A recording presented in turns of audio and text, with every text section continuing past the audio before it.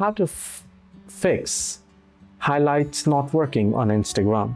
Well, hello everyone, welcome back into the channel. Let me go over to quick and easy and how you can fix highlights not working on Instagram.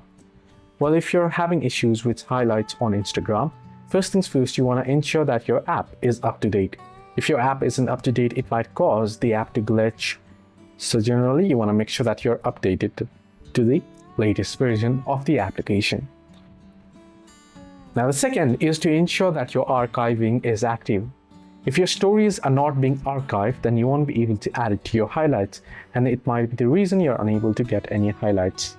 So you want to head over to your archives section and make sure that your archive is enabled. So you can see settings option, you can head into settings and save story to archive, and you can allow sharing to story and allow sharing to messages as well. Now then, what you can do is you can head over to your profile.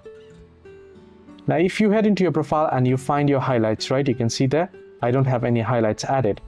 But if you do have it and it's not showing up to others or you're having issues, then you can simply close the application, restart your device, open up Instagram, proceed to archive, and then add it again to your story, to your highlights. Sorry, you can create highlights option.